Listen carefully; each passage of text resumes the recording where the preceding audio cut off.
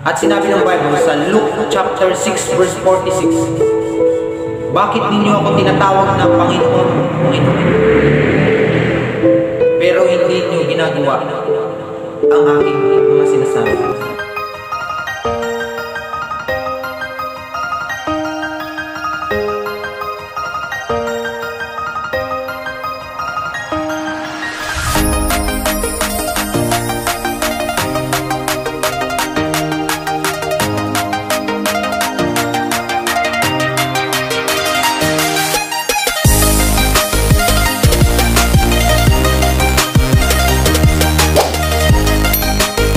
Magandang araw sa iyo, kaibigan.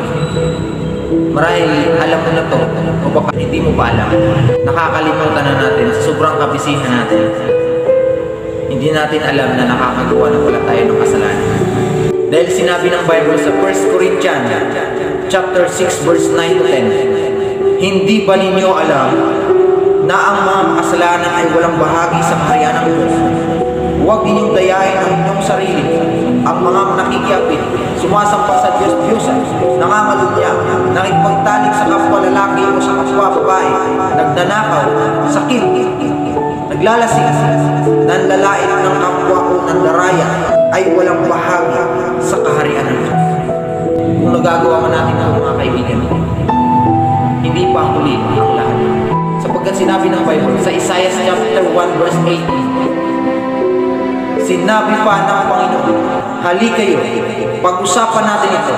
Kahit gaano man karumi ang inyong mga kasalanan, lilinisin ko iyan para maging malinis kayo. Ito ang sinabi ng ating Panginoon. Huwag natin kalimutan na lagi at patuloy siyang paalala. Pero minsan sa sobra nating kabisihan sa ating mga trabaho, hindi natin siya nagagawa.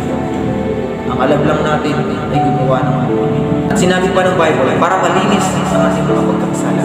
Ang sabi ng Bible sa Acts chapter 2 verse 38, magsisi kayo at magbautismo ang bawat isa sa inyo sa pangalan ni Jesus sa ikapagpatawad ng inyong mga kasalanan at tatanggapin ninyo ang kaloob ng Espiritu Santo. Ayan ang sinabi ni Pedro sa Acts chapter 2 verse 38. Iyan ang paraan para malinis ang ating mga pagkakasala.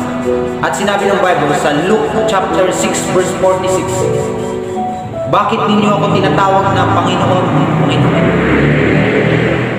pero hindi niyo ginagawa ang aking mga sinasabi, pero hindi ninyo sinusunod ang aking utos. At sinabi ng Bible sa Revelation chapter 3 verse 19, ang lahat kong iniibig ay aking pinaparusahan at sinasaway. Ikaw nga ay magsikap